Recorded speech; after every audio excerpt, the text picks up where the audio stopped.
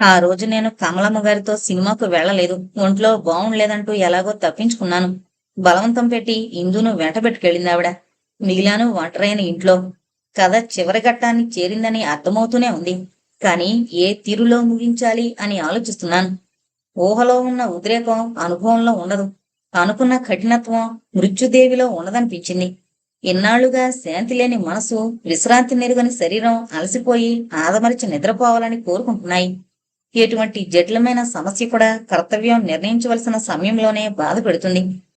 ఒక నిర్ణయం తీసుకున్న తర్వాత, గుండె రాయిగా చేసుకున్న తర్వాత ఇంకా బాధపడవలసింది, భయపడవలసింది ఏముంటుంది ఏ ప్రాణికైనా? ఈ జీవితాన్ని ఎలా ముగించాలి అన్నట్టు ఆలోచించలేదు నేను. కథ రాస్తున్న రచయిత ఎటువంటి ముగింపు అందంగా ఉంటుంది అని ఆలోచించినట్లు ఆలోచించా. బురదలో పుట్టిన దాన్ని మళ్ళీ బురదలోకే వెళ్ళిపోతే అనే ఆలోచన కూడా వచ్చింది. ఆ రోజు బాబుతో ఎంతో నిర్లిప్తంగా ఇద్దరు రచయితలు కథలోని పాత్రల గురించి తీరుబడిగా చర్చించుకుంటున్నట్లు మాట్లాడాను. ఎలకపిల్లకు ఏనుగును మింగాలనే ఆరాటం ఉండకూడదే పాప అన్నాడు బాబు. కేవలం సృష్టి సత్యం లాంటి నా జీవన సత్యాన్ని చెబుతున్నట్టు. బాబు చెబుతోంది నిజమేమో అనిపించింది. నీకు తెలిసిన కథ మళ్ళీ నా నోటితో ఎలా చెబుతున్నానో అలాగే నాకు తెలిసిన నా కథ విడమర్చి నాకు మళ్ళీ చెప్పాడు. నాకు తెలియనివి గుర్తులేనివి కొన్ని వివరాలు ఉన్నాయనుకో. ఈ దిక్కుమాల దేశంలో వేదాంతం తెలియని మనిషి పుట్టడు. వెచ్చటి కాఫీ కాచిచ్చాను బాబుకు. 2 మాత్రలు మింగి కాఫీ తాగి తలనొప్పి తగ్గిందని, ప్రాణం తేలికపడిందని చెబుతూ సిగరెట్ అంటించి కుర్చీలో ఒదిగి కూర్చుని హుషారుగా కాళ్లాడిస్తూ పక్కా వేదాంతి ధోరణిలో పాఠం మొదలు పెట్టాడు. ఆలోచించు పాపా. ఒకడు చచ్చి చెడి గుట్టలు మెట్టలుగా ఉన్న భూమిని చదును చేసి పూలమొక్క నాటాడు. కష్టపడి నీళ్లు పోసి పెంచి మొక్కను పెంచాడు. గొడ్లు తినిపోకుండా మొక్క చుట్టూ ముళ్ళకంచి పెట్టాడు. ఎప్పుడో అదృష్టం బాగుండక అతగాడు కాసేపు పక్కకు తొలగాల్సొచ్చింది. ఆ మొక్కకు పూసిన గులాబీ మొగ్గ వికసించి రేకులు విప్పుకుంది.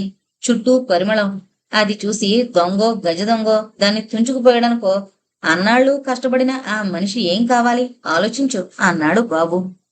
మాటలతో బాబును ఓడించడం సాధ్యం కాదని నాకు తెలుసు. ఆ నాలుక చాలా పొదునైంది. కావాలనుకుంటే వెన్నలా మెత్తబడి కరిగిపోనుగలదు. తలచుకుంటే చురకత్తిలా కండలు చీల్చివేయనుగలదు.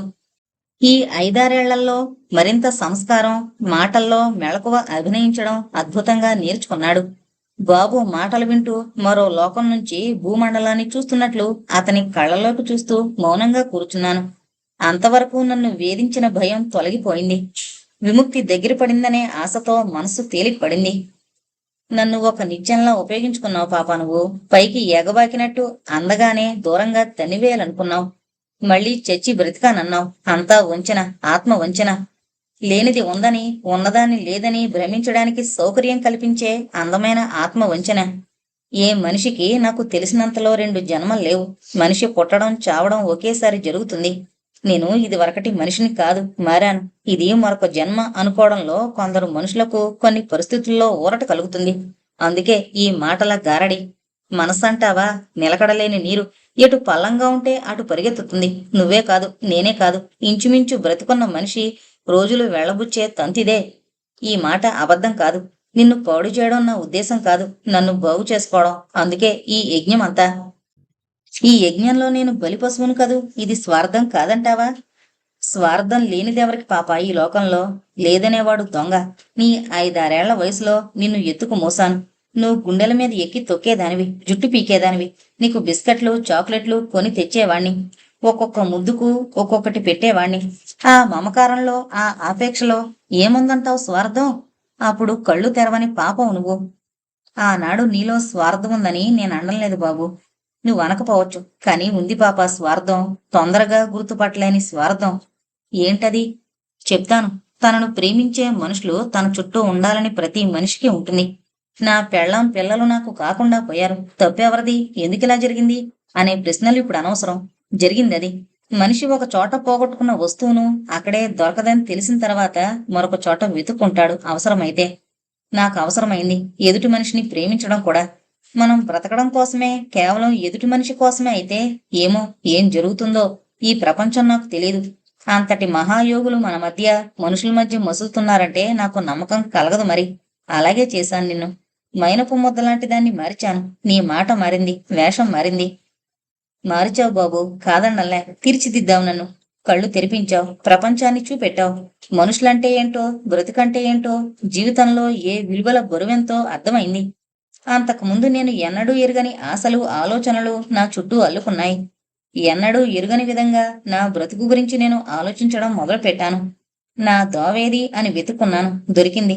కొంత దూరం సుఖంగా, తృప్తిగా నడిచాను. మళ్ళీ వెనక్కి రమ్మంటున్నావు నన్ను. నన్ను సంస్కరించి నాకు ఉపకారం చేయలేదు బాబు నువ్వు. నేననేవాణ్ణి లేకపోతే నీ బ్రతికెలా ఉండేదో ఈనాడు ఊహించావా ఎప్పుడైనా? ఈ మధ్య చాలా రోజులుగా ఆ విషయమే ఆలోచిస్తున్నాను. ఏమనిపించింది నీకు? ఎంతకంటే సుఖంగా బ్రతికేదాననిపించింది. ఆ బురదలో అలా నలిగిపోతూ. బురదలోనే అనుకో, నేను కీటకాన్ని అనుకో, కానీ దానికి ఆ బురద కాక మరో ప్రపంచం తెలియనప్పుడు ఇంత బాధ ఎందుకుంటుంది బాబు? ఉండదు, నాకు తెలుసు. ఆడదానికి అదృష్టం అంటే ఏంటో తెలుసుకున్నాక, అది చేతికి అందాక దాన్ని జార విడిచుకోవడం అంటే ఏంటో ఆలోచించు. నువ్వు అదృష్టవంతురాలువని నీ అభిప్రాయం, అంతేకాదు? అలాగే అనుకున్నాను కొన్నాళ్ల పాటు.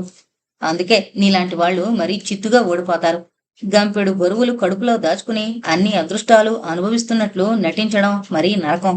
అది గుర్తించుకో. కనిపించే దురదృష్టానికి సానుభూతి దొరుకుతుంది, కొంత ఊరట మనిషికి. ఈ అదృష్టాల నటన ఎటువంటిదో చూడు. అందరూ నిన్ను చూసి అసూయ పడతారు. అంతరాంతరాల్లో నీ పతనాన్ని కోరుకుంటారు. నిన్ను భక్తుల మాదిరి ఆదరిస్తారు. ఎవరు ఆ పరిస్థితుల్లో నిన్ను చూసి జాలిపడేది? ఎవరూ లేక, ఆ ఒంటరి వలయంలోని శూన్యంలోకి ఎవరూ రాక నిన్ను చూసి నువ్వే జాలిపడతావు.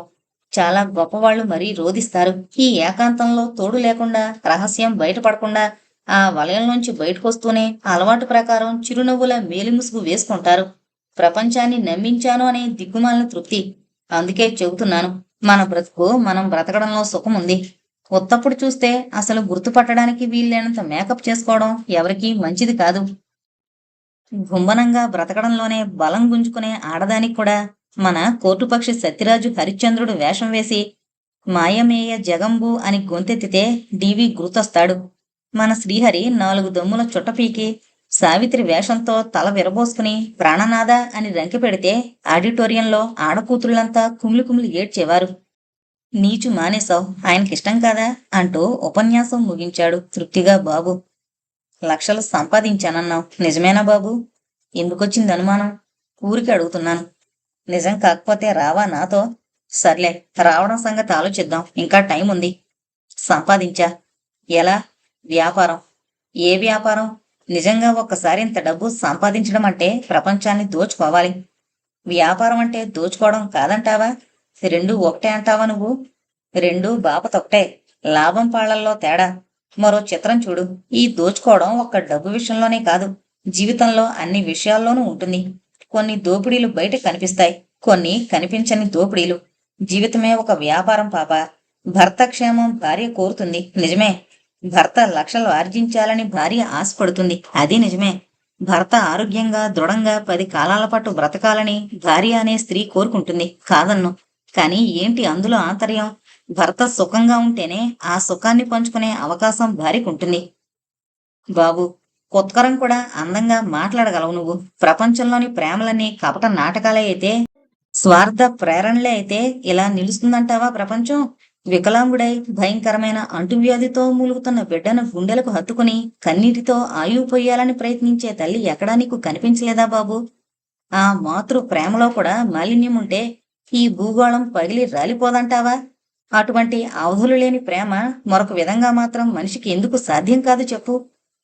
నువ్వన్నది పాయింటే పాప, కానీ నా అదృష్టం, నేను ఎరుగున్న ప్రపంచమే చెబుతున్నా. చిన్నతనం నుంచి నిన్ను పెంచి పెద్ద చేశాను. ఏంటి నేను సాధించింది? నాకు దూరంగా పారిపోవాలని నీ ప్రయత్నం. ఎగ్జిబిషన్లో ఆనాడు నన్ను చూసి విషపురుగును చూసినట్లు ఎగిరిపడి తప్పించుకుని పారిపోయావు. ఆ నీ ప్రవర్తన నన్ను మరీ రెచ్చగొట్టింది పాప. పైగా నిన్ను సంస్కరించి బాగు చేసి నీకు నేను అపకారం చేశానంటున్నావు. ఇటువంటి అనుభవాలు ఒకటి కాదు, 10 రుచి చూసిన తర్వాత ఇంకా నమ్మగలనంటావా? ఏ మనిషిని ఇంకా జీవితంలో నమ్మలేవా బాబు? నమ్మలేను. ఎందుకని? నా అనుభవం నాది. నమ్మకమైన మనిషి అనే మాటలో అర్థం లేదసలు. ఒక మనిషిని కొన్ని విషయాల్లో నమ్మచ్చు, మరొక మనిషిని మరికొన్ని విషయాల్లో నమ్మచ్చు. నిన్ను ఒక విషయంలో మాత్రం ఈ కారణంగానే నమ్ముతున్నాను పాప. ఏ విషయం? ఇంకా నన్ను నువ్వు మరిచిపోలేదు. కొందరు మనుషుల్ని బ్రతికుండగా మరిచిపోలేం బాబు. ఎంతో కోపం దాచుకుని మాట్లాడుతున్నట్లు నటించుకో. నీ ఇష్టం వచ్చినట్లు అనుకో బాబు. ఎప్పుడు మన ప్రయాణం? నువ్వు ఎప్పుడంటే అప్పుడు. అయితే ఈ తక్షణం బయలుదేరదాం పదా. నాకు అభ్యంతరం లేదు. నాకు ఇంట్లో ఊపిరాడ్డంలే బాబు. ఎలాగూ పోదాం అనుకున్నా. కానీ చివరిసారిగా రమణతో ఒక్కరోజు సుఖంగా గడిపి పోదామనుంది. చూసావా పాప, ఎప్పటి నీకు ప్రాణం పీకుతోంది. మనది ఎప్పటి పరిచయం. నాకు మాత్రం ప్రాణం అలా పీకితే తప్పంటావా? రమణ తిరిగి రావడం, ఆ తర్వాత ఒకరోజు, మర్నాడు మన ప్రయాణం. మళ్ళీ ఆ మాయలో పడి మరిచిపోయావు. జాగ్రత్త. మరిచిపోను బాబు. కానీ ఎంత దూరం రాగలవు నాతో నువ్వు? కోయంబత్తూరు వెళదాం. కోయంబత్తూరు? నేను అక్కడికి రాను. మరి ఎక్కడికి వెళదాం? ఏంటి పాప అలా ఆకాశంలోకి చూపెడతావు? చంద్రమండలం చేరారట మనుషులు. అక్కడకు పోవాలని కూడా లేదు. అంతకంటే ఇంకా ఇంకా ఈ ప్రపంచానికి, ఈ మనుషులకు దూరంగా ఆ మేఘాలు, ఆ నక్షత్రాలు దాటిపోవాలనుంది. రాగలవా నాతో? నువ్వు తీసుకెళ్తే అలాగే వస్తాను. అంత దూరం నాతో రాలేవు బాబు నువ్వు. అంటే? అంతే. ఏంటి పాప నువ్వు అంటోంది? నాకు అర్థం కావడంలే. అర్థమవుతోంది బాబు. తొందరపడకు. ఈ 4 రోజులు దయించి ఓపిక పట్టు. అనవసరమైన గొడవలు, మాటలు అనవసరం. వెళ్ళకు పాప. ఒక్క మాట. ఒక్క మాట కాదు, 100 మాటలు మాట్లాడుకున్నాం మనం. మరో సంగతి, మనం ఇంకా మాట్లాడుకోవాల్సిన విషయాలు ఉన్నాయంటావా? ఎంత మాట్లాడినా ఇంకా మాట్లాడాలని ఉంటుంది పాప నీతో. నాకు అనిపించాలిగా అలా. నీకు అనిపించడం లేదా? లేదు. ఎంతసేపు ఇలా మాట్లాడటమే విసుగనిపించింది అంటూ విసురుగా లోపలికి రావడానికి ప్రయత్నించాను. బాబు నన్ను అపార్థం చేసుకున్నాడు. నా మనసు అర్థం కాలేదు. అతనికి నా మాటలు విప్పి చెప్పలేకపోయాను. తనకు తోచినట్లు నా మాటలకు అన్వయం చెప్పుకున్నాడు. అందుకని అంతకు ముందు లేని ధైర్యం వచ్చింది బాబుకు. వెళుతున్న దానిని పంటుపుచ్చుకు లాగాడు. కాలనాగులా బుసలు కొట్టాను.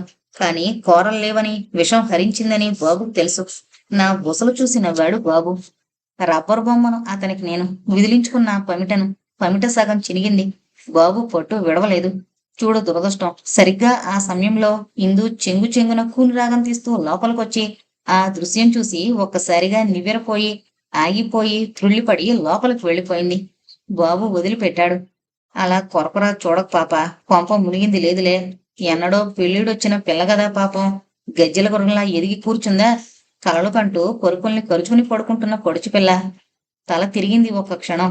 నా నాదుడెక్కడ భగవంతుడా అనుకుంటూ పరిగెత్తింది లోపలికి. అంతే. నువ్వు మరీ గాబరా పడకు. నీకంటే 3 ఆకులు ఎక్కువ చదివిన పిల్ల అంటూ తాపీగా నవ్వుతూ చెబుతున్నాడు బాబు. ఏం మాట్లాడాలి అటువంటి మనిషితో? ఏ తర్కంతో ఎలా మొరపెట్టి బ్రతిమలాడి ఏడ్చి అటువంటి మనిషి మనసు మార్చగలను చెప్పు? నిస్సహాయంగా, అచేతనంగా లోపలికి వెళ్ళిపోయాను. ఇందిర తర్వాత నాతో మాట్లాడలేదు. మధ్యలో వచ్చింది చెల్లి. మల్లెపువ్వు లాంటి మనసున్న తల్లి. మధ్యలోనే నాకు కాకుండా పోయింది. 3వ రోజు ఉదయానికి రామానుజుల నాయుడు గారిని వెంటబెట్టుకుని నువ్వు విజయవాడ నుంచి తిరిగొచ్చావు. గుర్తుందా రమణ? నేను వెంటబెట్టుకు రాలేదు ప్రతిమ. అటువంటి పెద్ద మనుషుల్ని ఇంటికి ఆహ్వానించి ఆతిథ్యం ఇవ్వగల అర్హత అప్పటికే నేను పోగొట్టుకున్నాను. నాకు తెలుసు. ప్లాట్ఫారం మీద కనిపించారాయన. కలిసి ఒకే కంపార్ట్మెంట్లో ప్రయాణం చేశాను. నన్ను చాలా కాలం తర్వాత చూసినందుకు ఎంతో సంబరపడ్డట్టు కనిపించారు నాయుడు గారు. మన కథ విని ఎంతో సంతోషించారు. ఆనాడు ప్రతిమను నీకు పరిచయం చేసి పాపం చేశానని బాధపడ్డా రమణ. ఈనాడు నీ కథ విన్నాక ఎటువంటి పుణ్యం చేశానా అని సంబరపడుతున్నా. ఎవళ్ళేమనుకుంటే మనకెందుకు? మనకి కావలసింది మన జీవితం. అంత పట్టుపట్టి చదివించి వేరేడు ఉద్యోగం చేస్తున్న మనిషిని నిన్నింత వాణ్ణి చేసిందంటే ఎటువంటి భార్యో ఆలోచించు. పెట్టి పొట్టాలన్నారు. మనిషి అంటే అలా ఉండాలి. తెలివికి తెలివి, మంచితనానికి మంచితనం, మనుషులంటే ఆదరణ. అమ్మమ్మ, ప్రతిమలాంటి పిల్ల నీకు భారీగా దొరికిందంటే, ఇంత పైకొచ్చిందంటే మీ కుటుంబం, అమ్మమ్మ కాస్తా కోస్తా పుణ్యం చేసుండవు నాయన పూర్వజనంలో. మా ఇంటిది ఉంది. కొందరు ఏడిస్తే నవ్వినట్లుంటుంది, కొందరు నవ్వితే ఏడిచినట్లుంటుంది. అలా పువ్వులా ఎప్పుడూ నవ్వుతూ తిరుగుతుందా ప్రతిమ? మా ఆడది చూడు, తుమ్మల్లో పొద్దుగుంకినట్లే. పొరపాటున ఏ అమావాస్యకో నవ్వితే అది నన్ను చూసి వేళాకోళం వెకిరింతాను. ఈ దిక్కుమాల ప్రపంచంలో మనం చూస్తున్న దాంపత్యాలంటావా? నా తలకాయ్. వీధి బాగోతాలుంటాయి చూడు, గోలనుకో. కొందరి గోలలు పైకి వినిపిస్తాయి, కొన్ని వినిపించావు. అంతే తేడా. నిన్న ఏం తీపరం వచ్చిందని చెప్పు మా ఇంటిదానికి. దాంతో కాపురం వెలగబెట్టడం మొదలెట్టి 3 పుష్కరాలు దాటాయి. ఇంచుమించు 40 ఏళ్ల భోగం. మనసున్న మొగాడు ఇలా చేస్తాడా అంటూ మొదలెట్టిందయ్యా హరికథ తెల్లవారుజామున కోళ్లతో పాటు లేచి అంటూ కబుర్లు చెబుతూనే ఉన్నారు నాయుడు గారు. మన కథంతా నాయుడు గారికి చెప్పావా రమణ? కొంత చెప్పాను. ఆయనకు బాధ కలిగించే విషయాలు చెప్పలే, అనవసరం అనిపించింది. రైలు హైదరాబాద్ చేరింది. మా ఇంటికి రండి నాయుడు గారు అన్నాను మాట వరుసకు. నిజానికి ఆయన మన ఇంటికి రావడం నాకు ఇష్టం లేదు. సరి సరి, మీరిక్కడ ఉండగా హోటల్లో ఎందుకు దిగుతా అంటూ నాతో పాటు సరాసరి మన ఇంటికి వచ్చేశారు. నే చెయ్యాలని చేసిన పని కాదది. ఏమైతేనేం, నాయుడు గారి రాకతో మన కథ మరొక మలుపు తిరిగింది. ముగింపు ఒకలా ఉంటుందనుకున్నాను, మరొకలా జరిగింది. నువ్వు వస్తూనే అన్నావు, ప్రతిమ నీతో ఒక విషయం మాట్లాడాలి అంటూ. ఏంటి రమణ? నాకు ఒక సహాయం చెయ్యాలి. నీకు నేను సహాయం చేయడమా? అవును, చెప్పు. చేస్తావా? అడిగి చూడు. నాతో పాటు నాయుడు గారు వచ్చారు మన ఇంటికి. ముందు గదిలో కూర్చోబెట్టా. బహుశా ఆయన మన ఇంట్లో 4-5 రోజులు ఉండొచ్చు. రామానుజులు నాయుడు గారా? అవును. ఆయన మన గురించి ఒకప్పుడు మనమున్నట్లే భ్రమలో ఉన్నారు. అంటే? ఏం లేదు, ఈ 4 రోజులు మనం భార్యాభర్తలుగా నటించాలి. రమణ, నువ్వంది నాకు అర్థమైంది. అడగొచ్చు, ఆజ్ఞాపించొచ్చు, నన్ను తప్పులేదు, నీకు అధికారం ఉంది. కానీ ఆ మాత్రానికి అంత కఠినంగా మాట్లాడడం అవసరమంటావా? క్షమించు. చర్చలు మన సమస్యల్ని ఎప్పుడూ పరిష్కరించలే.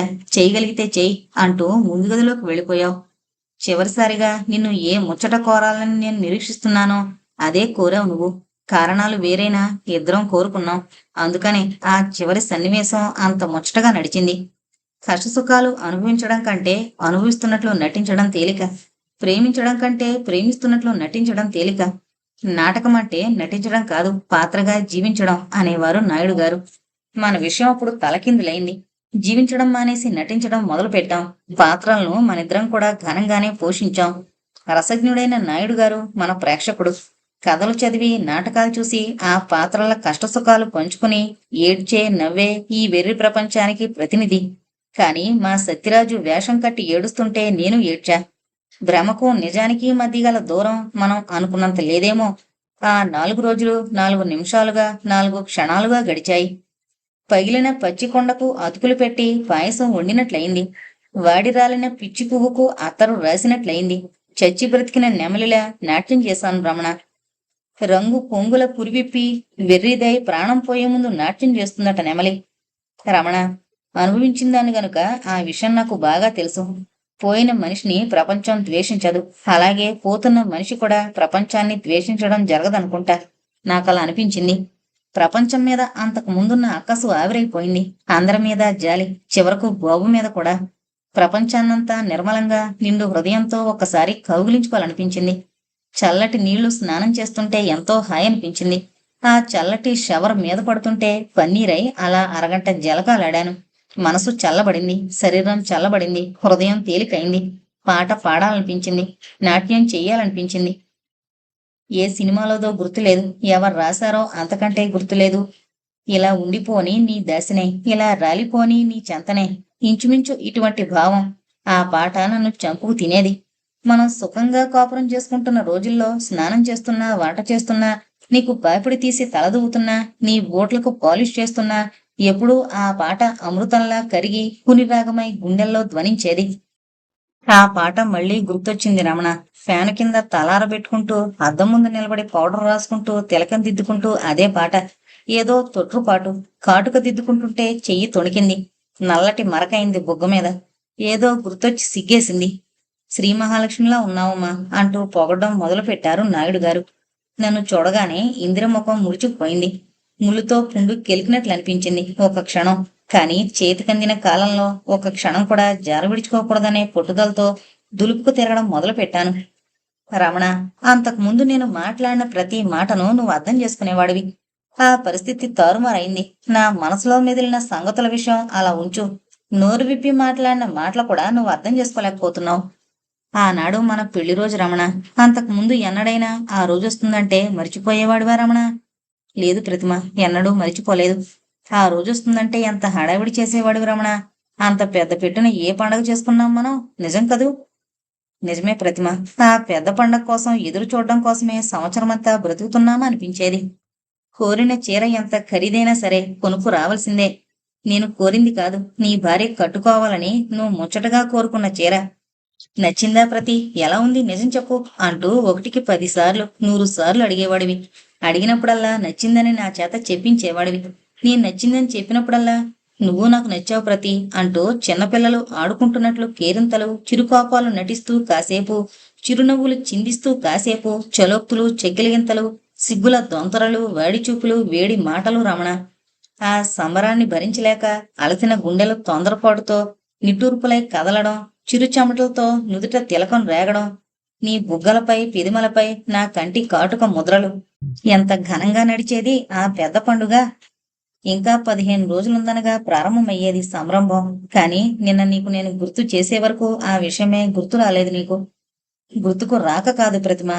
అదేలే రమణ, గుర్తుకొచ్చినా రానట్లు నటించావు. నటన ఏ మాట అయితేనేంలే, జరిగిందది. చివరకు నేనే గుర్తు చేశాను. చేసావు ప్రతిమ, కాదు అనడం లేదు. నువ్వు వినిపించుకోలేదు. వినపడింది నీ మాట. వినిపించినట్లు ఊరుకున్నావు. అవును, ఊరుకున్నాను.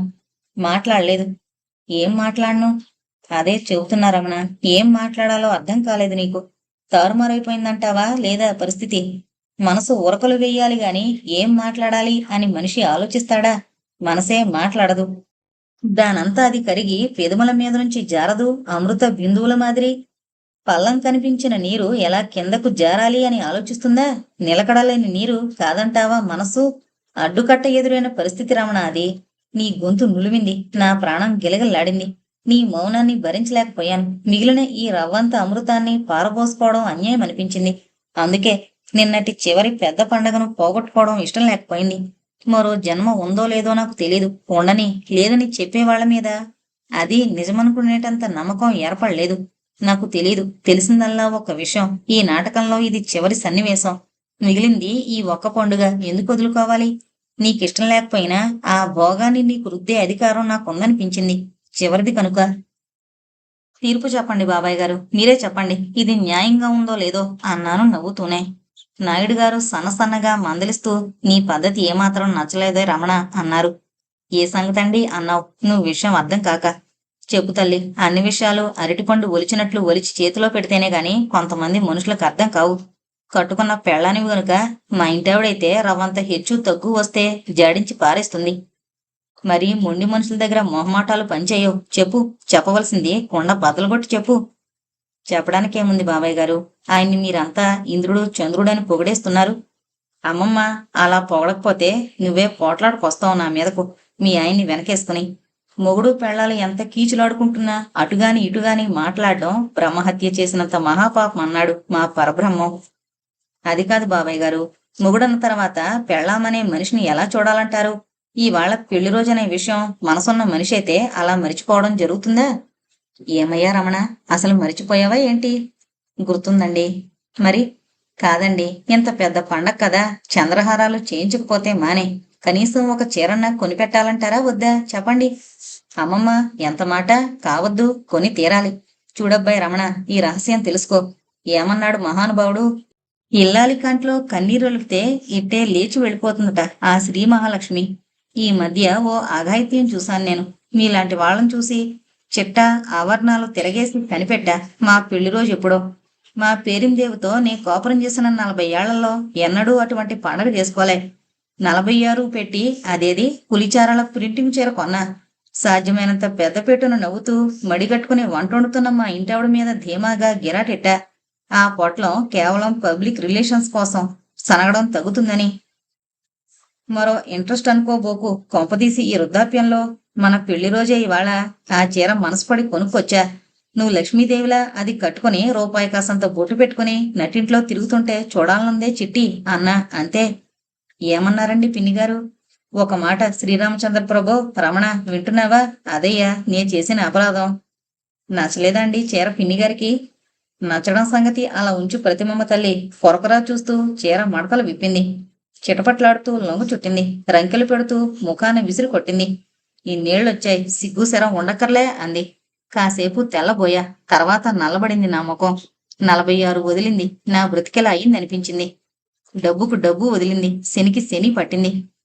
ఎందుకలా కాట్లకొకలా కరవడానికొస్తావు? నేను చేసిన అపరాధమేంటో చెప్పి అఘోరించు అన్నాను కసిగా. నేను సంసారిని అనుకున్నావా, సానికొంపు అనుకున్నావా? ఈ ఉల్లిపొర కాగితం లాంటి చీర చిచ్చి, ఇది కట్టుకుని ఊరేగమంటారు? అడ్డమైన జనాన్ని చూసి ఇలా బరితెగించారన్నమాట. ఎందుకండి ఏళ్లు రాగానే సరే అంటూ రమణ శ్రీరామచంద్ర ప్రభు ఒక మాట కాదనుకో చిరుతపులిలా కేకలు పెట్టిందయ్యా. ఈ మధ్య కాస్తంత శాంతం అలవాటు చేసుకున్నాను గాని లేకపోతే విడాకులు ఇచ్చేవాణ్ణి. ఇదంతా ఇష్టం లేక అనుకుంటున్నావేమిటి? అదొక వెర్రి మాలోకం. మళ్ళీ కడుపులో గంపెడు ఆపేక్ష. ఆ ఆపేక్ష మరీ ఎక్కువైతే ఏం చేసుకోవాలో తెలియక అలా మురుగుతుంటుంది. ఎందుకు చెబుతున్నానంటే ఈ ప్రపంచంలో రకరకాల భార్యలు, రకరకాల భర్తలు సర్దుకుపోవాలి. అర్థమైందా? అర్థమైందండి. మరి అర్థమైందంటూ ఇంకా అలా కూర్చుంటావేం? లే రమణ, మా దాంపత్యం అంటావా? అది నిన్నటి కదా. మీదలా కాదే. ఇవాళ రేపు మీదే. అందులోనూ పరిమళాల పుత్తడి బొమ్మ లాంటి పిల్ల కదా ప్రతిమమ్మ తల్లి. అలాంటి శ్రీ మహాలక్ష్మి నవ్వుతూ అడిగితే అర్ధరాజ్యమేంటయ్యా? సింహాసనమే విసిరి ఆవిడ కాళ్ళ ముందు గిరాటెయ్యాలి. వింటున్నావటయ్యా రమణ? వింటున్నానండి. వింటున్నానండి అంటూ ఇంకా అలా కూర్చుంటామేమిటి? లేలే, ముందు లేచి అలా వెళ్ళిపోవడం కాదు, ఆ అమ్మాయిని కూడా వెంట పెట్టుకుని వెళ్ళి నచ్చిన చీరలు కొనిపెట్టు అంటూ బలవంత పెట్టి ఇద్దరిని బయలుదేరదీశారు నాయుడు గారు. బయలుదేరే ముందు చేతిలో 100 రూపాయల కాగితం పెట్టి, నీ తండ్రి మనసారా నీకిస్తున్న బహుమతి తల్లి, నచ్చింది కొనుక్కో అంటూ సాగనంపారు. నాయుడు గారు రావడంతో బాబు ఇరకాటంలో పడ్డాడు. మాటల జోరు తగ్గింది. ఒంటరిగా నాతో మాట్లాడే అవకాశమే దొరకడం లేదు. బోనులో బెబ్బులి మాదిరి, కాళ్ళు కాలిన పిల్లి మాదిరిగా తిరుగుతూ నాకేసి కొరకొరా చూసేవాడు. చూసినా నిర్లక్ష్యంగా నివ్వెరపోయేవాడు. మొండికెత్తిన మనిషికి రాజుని మించిన బలముంటుందట. ఇద్దరం నడుచుకుంటూ బయలుదేరాం పక్కపక్కనే. వీధి మలుపు దగ్గర వెనక్కు తిరిగి చూశాను. కళ్ళజోడు సర్దుకుంటూ తృప్తిగా మనకేసి రెప్పవాల్చకుండా చూస్తూ నిలబడ్డ నాయుడు గారు కనిపించారు. అప్పటి నాయుడు గారి ముఖం, ఆ ముఖంలో కనిపించిన కల్మషం లేని ఆపేక్ష ఒక మధుర స్మృతి రమణ. జన్మ జన్మలకు చెరిగిపోని ఒక పుణ్య స్మృతి. అటువంటి తండ్రి కడుపున పుట్టి ఆ అనురాగామృతంతో ఆయువు పోసుకుని పెరిగి కళ్ళు తెరిస్తే నీ ప్రతిమ జీవితం ఎటువంటి రూపం దిద్దుకునేదో, రమణకు ఎటువంటి జీవితాన్ని పంచిచ్చేదో ఊహించగలవా? ఇద్దరం టాక్సీ ఎక్కాం. చూసిన వీధులే, తిరిగిన రహదారులే, కాని సినిమా చూస్తున్నట్టు కనిపించాయి. ఎక్కడికన్నాడు టాక్సీ వాడు. పలకరించాను. నిన్ను మళ్ళీ మళ్ళీ. పలకలేదు నువ్వు. నా చేయి జరిగింది, నీ చేయి తగిలింది. దూరం జరిగి చేయి తీసుకున్నావు. భరించలేక ఒక్కసారి ఏదో గుబులు రగిలినట్లయి నీ చేయిని గట్టిగా గుండెలకు హత్తుకున్నాను. నువ్వు అప్పటికే మాట్లాడలేదు, తల ఇటు తిప్పి చూడలేదు. చేయరాని తప్పు చేసిన మనిషిలా సిగ్గుపడుతున్నావేమో నాకు తెలీదు. అటువంటి స్పర్శకు వెచ్చబడి మండే నీ చెయ్యి మంచుగడ్డలా ముడుచుకుపోయింది. శక్తికి మించిన వేగంతో కొట్టుకుంటున్న గుండె కుదుపుకు గోతిలో పడి ఎగిరిన టాక్సీ కుదుపు తోడై కరిగిన నా మనసు కన్నీరై కళ్ళను దాటి నీ చేతి మీద కురిసింది. నువ్వు త్రుళ్ళిపడ్డావు. ఆ తడి తగిలి తల తిప్పావు. జాలిగా చూసావు నా కళ్ళల్లోకి. తల ఉంచుకునే వంతు నాదైంది. కదిలి విదిలించుకుని 2 చేతులతో చెక్కిళ్ల బలంతో నా తల పైకెత్తి ప్రతి అన్నావు. ఆ ప్రతి అనే 2 అక్షరాలు ఎన్ని రకాలుగా నువ్వు పిలిచావో, మరెన్ని రకాలుగా ఆ సంగీతం నా మనసును మీటిందో నాకు తెలుసు. నీ నోటి వెంటొచ్చిన 2 అక్షరాల చివరి సంగీతం అది. నా కళ్ళల్లో మిగిలిన చివరి కన్నీటి చుక్కలవి. తలెత్తి నీ కళ్ళలోకి చూశాను. చప్పుడు చెయ్యని పిడుగుపడి చూపుల్ని విరిచింది. రెప్పపాట్లో ఆ ఆర్ద్రత, ఆప్యాయత ఆవిరైపోయింది. అంతలో ఎంత మార్పు! ఏంటి అన్నావు? ఎంత కఠినత్వం ఆ ప్రశ్నలో! నన్ను అన్యాయం చేయకు రమణ అన్నాను. నీకు అన్యాయం చేసే శక్తి నాకు లేదని నీకు తెలుసు. మనం ఇంత దగ్గరగా ఉన్నాం. ఉండి మధ్య ఇంత దూరాల్ని భరించడం న్యాయమంటావా రమణ? ఇది అన్యాయం కాదు. నీకెటువంటి అన్యాయం జరగకుండా అన్ని ఏర్పాట్లు చేశాను. అంటే ఇల్లమ్మాను. ఎందుకు? నీ రుణం తీర్చుకుంటానికి. తీర్చుకోక తప్పదంటావా? తప్పదనే అనుకుంటున్నా. మరి నీకు ఇల్లుంది గనుక అమ్మి నా రుణం తీర్చుకుంటున్నావు. నేను అంతో కొంతో నీకు రుణపడ్డాను. నా రుణం తీరే మార్గం కూడా నువ్వే చెప్పాలి. మరి ఆ అదృష్టం నాకుందంటావా? నాకు తెలీదు. నాకు తెలుసు. కొన్ని రుణాలను తీర్చుకునే శక్తి మనిషికి లేదు రమణ. ఎందుకీ చర్చల ప్రతిమ? నీ ఏర్పాట్లను గురించి నువ్వు తెలుసుకోవడం అవసరం గనుక చెప్పవలసి వచ్చింది. తెలుసుకోవడం నీ క్షేమానికి అవసరం. చెప్పు. అవసరమున్నా లేకపోయినా వినాలనే ఉంది. నా దగ్గర మొత్తం 12,000 ఇల్లమ్మింది కలిపి. అందులో 6,000 నీకివ్వాలనుంది. మిగిలింది ఇంద్రికిస్తాను. అంతా ఇంద్రికిస్తే మంచిది రమణ. పొరపాటు పడకు. మనస్ఫూర్తిగానే చెబుతున్నాను ఈ మాట. నీకు బ్రతుకు తెరువు అవసరం అనుకున్నాను. సంతోషం. ఇంకా మాత్రం దయ మిగిలింది నీలో. కాని ఆ డబ్బు నాకు అవసరం లేదు రమణ. ఎందుకని? నేను ఏర్పాటు చేసుకున్నాను. నాకు తెలుసు. అందుకే నీ డబ్బు నాకు అవసరం లేదంటున్నాను. మంచిది. మరి కాసేపు ఎవరి ఆలోచనల్లో వాళ్ళం మునిగిపోయాం. మాట్లాడు రమణ. ఏం మాట్లాడాలి? నువ్వు అన్నట్లు ఎవరి ఏర్పాట్లు వాళ్ళు చేసుకోవాల్సిన పరిస్థితి వచ్చింది. రేపు నీ దోవ నీది, నా దోవ నాది. కానీ ఇంత దూరం కలిసి ప్రయాణం సాగించాం ఒకటిగా. ఒక కోరిక మిగిలింది రమణ. నీకుగాక ఇంకెవరికి చెప్పుకోను రమణ. ఎవరున్నారు నాకు? నాకు తెలీదు. నీకు నిజంగా తెలీదు. ఈ మాట నమ్ము. ఎప్పటికైనా నమ్మగలిగితే అదృష్టవంతురాల్ని. నాకు ఎవరూ లేరు రమణ ఈ లోకంలో. నువ్వు ఉన్నావనుకున్నాను. మరొకరిని కోరే కోరిక కాదిది. ఏంటిది? ఇన్నేళ్లుగా నువ్విచ్చిన చనువే నన్నిలా అడిగిస్తోంది. అడుగు. ఈ ఒక్కరోజు ఇంక మనకు మిగిలింది. రభస లేకుండా సాధ్యమైనంత సౌమ్యంగా వెళ్ళిపోవాలని నీకెలా ఉందో నాకు అలాగే ఉంది. కాని రమణ, ఈ ఒక్కరోజు జరిగింది జరగబోయేది సమస్తం మరిచిపోయి కలిసి బ్రతకాలనుంది రమణ. అంటే పెళ్ళైన నాటి నుంచి ఈ పండగ ఎలా చేసుకుంటున్నామో నీకు తెలుసు. అలా బ్రతకాలనుంది రమణ. నువ్వు మాట్లాడలేదు. అనుమానంగా నా కళ్ళలోకి చూసావు. మళ్ళీ నువ్వు అనుకుంటున్న ఉచ్చులో నిన్ను బిగుస్తున్నాననే అనుమానం నీకు కలిగిందేమో నాకు తెలీదు. తప్పంటావా రమణ అన్నాను నిశ్చయంగా. తప్పనను. కాని నీ అంత పెద్ద ఆర్టిస్టును కాదు నేను. దెప్పుతున్నావా రమణ? దెప్పడం కాదు ప్రతిమ, నిజం. పోనీ నిజమే అనుకో. కాని నా పరిస్థితిలో ఈ సమయంలో నువ్వు విడమర్చి చెప్పవలసిన అవసరం ఉందంటావా? మరేం చెప్పను ప్రతిమ. అందరూ మహానటులు కాలేరు. చచ్చి చెడి సాధించి కసరత్తు చేసి ఆ మాత్రం నటించడం నేర్చుకున్నాను నేను. నీ విషయం వేరు. పుట్టుకతోనే మహానటిగా అవతరించిన అదృష్టం నీది. అదృష్టం కాదు రమణ, అది నా దురదృష్టం. నీది కాదు, నాది.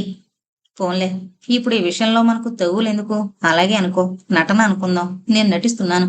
నువ్వు సమంగా నటిస్తేనే కదా. ఆ మాత్రం నటించలేవా రమణ నా కోసం? ఆ మాత్రం చాలు రమణ. తీర్చావు నా కోరిక. తృప్తి పడగలను. నిజానికి ఈనాటికి నాకు తెలీదు ఏది నటన, ఏది నిజం, ఏది కళ, ఏది జీవితం. ఎవడు రాక్షసుడు, ఎవడు మనిషి తెలీదు రమణ. ఆలోచించి తర్కించుకుని పరీక్షించి నిజాన్ని శోధించే శక్తి లేదు, ఓపిక లేదు, ఆసక్తి కూడా లేదు. ఏం రమణ, ఏమంటావ్? అలా చూడక రమణ. నీ ప్రతి చివరిసారిగా అడుగుతున్న కోరిక. ప్రమాణం చేసి చెప్పగలను. ఇంకెన్నడూ నిన్నిలా ఇబ్బంది పెట్టను. ప్రయత్నిస్తాను. అదే 10,000. ఆ రోజు వద్దంటున్న కొద్దీ 10 చీరలు కొన్నావు. అన్నీ గులాబీ రంగు ఎర్ర చీరలు. అదే రంగు, అదే అంచు చీరల ప్యాకెట్ నెత్తుటి మూటలో మూలిగింది నాతో పాటు మౌనంగా. 10 చీరలు కొన్నాక కూడా నీకు తృప్తి అనిపించలే. ఇవి చాలా అంటావు. ఏం చెప్పను? ఇంటికి తిరిగొచ్చాం. మళ్ళీ చిరునవ్వుల ముఖాలకు పులుముకొని నాయుడుగారు సంబరపడిపోయారు. కొరకొరా చూశాడు బాబు. నివ్వెరపోయింది ఇందిర. అన్నీ ఎర్రరంగు చీరలే అంటూ. ఘాటు ప్రేమ అన్నాడు మహాకవి. ఈ ప్రేమ కూడా నీకు తెలియదులే తల్లి. ఒక రకమైన ఉన్మాదం. పెళ్లం మాటలతో రెచ్చిపోయాడు. ఎర్రరంగు నచ్చింది. 1కి 10 కొనుక్కొచ్చాడు. ఆపేక్ష అనేది మోతాదు మించితే ఇటువంటి ప్రమాదాలే వస్తాయి అంటూ నవ్వారు నాయుడు గారు పిచ్చిగా. ఇద్దరూ ఒకే కంచంలో తినాలయ్యా ఈ పూట అంటూ పట్టుబట్టారు. 10 గంటల దాకా కబుర్లు చెబుతూనే ఉన్నారాయన. ఆ రాత్రి మళ్ళీ చాప మీద ముడుచుకుని పడుకున్నావు నువ్వు. నాకు మాటిచ్చావు రమణ, మర్చిపోయావా? ఏంటి? కింద పడుకున్నావు నువ్వు. ఆ మంచం మీద నాకు ప్రాడదు. రమణ, న్యాయంగా ఉందా నీకు? వదులు ప్రతిమ, కాళ్ళు వదులు. గొడవ చేయకు. నేను పూర్తిగా అలిసిపోయాను. నన్నిలా బ్రతకని అంటూ 2 చేతులెత్తి నమస్కరించావు. మర్నాడు వెళ్ళిపోయారు నాయుడు గారు. ఆ తర్వాత జరిగింది నీకు తెలుసు. బాబుతో బయలుదేరక తప్పింది కాదు. గాలి మరుపు కోసం. నా ఇంట్లో నాకు ఊపిరాడక. చెప్పవలసింది చెప్పగలిగింది అంతా చెప్పాను నీకు. మన్నించు రమణ, సాధ్యం కాకపోతే. మరిచిపో నీ ప్రతిమను నువ్వు. నీది కాని ప్రతిమ. పెనుగాలి వీచింది. కిటికీ రెక్కలు కొట్టుకున్నాయి. కాగితాలు ఎగిరిపోయాయి, చెల్లా చెదురాయి. కరెంటు పోయింది. కిటికీలోంచి పడిన నీడ చీకట్లో కలిసి మాయమైపోయింది. కుర్చీలో ఒరిగిపోతూ ప్రతిమా అంటూ కేక పెట్టాడు రమణ. పరుగు పరుగునొచ్చింది ఓ స్త్రీమూర్తి. తల నిమిరింది. చెక్కిళ్లు నొక్కింది. ముఖాన చల్లటి నీళ్లు చిలకరించింది. కళ్ళు తెరిచాడు రమణ. ఆమె పిలిచింది. మళ్ళీ పిలిచింది. ప్రతి, నా ప్రతి, నన్ను. కాదు బావా, నేను. ప్రతి, నా ప్రతి, నువ్వు. నేను బావా, ఇందును. కాదు కాదు, నువ్వు ప్రతివి, నా ప్రతివి. కలవరించి పలవరించి కరిగిపోయాడు రమణ ఆమె ఒళ్ళో. కాగితం పువ్వును కాదు రమణ నేను. ప్రతిమ అనేది నా పేరు, నిజం. కానీ ఇది నిజం. ప్రాణం లేని ప్రతిమను కాదు నేను. మనిషిని రమణ, మనసున్న మనిషిని. ఆ మనసంతా నింపుకున్న నీతో. అందుకే వదిలిపోతున్నా నిన్నే. నీది కాని ప్రతిమ. ఇంతటితో ప్రతిమ అనే నవల కంప్లీట్ అయిందండి. దయచేసి మన ఛానల్ను అందరూ సబ్స్క్రైబ్ చేసుకోగలరు. Thank you.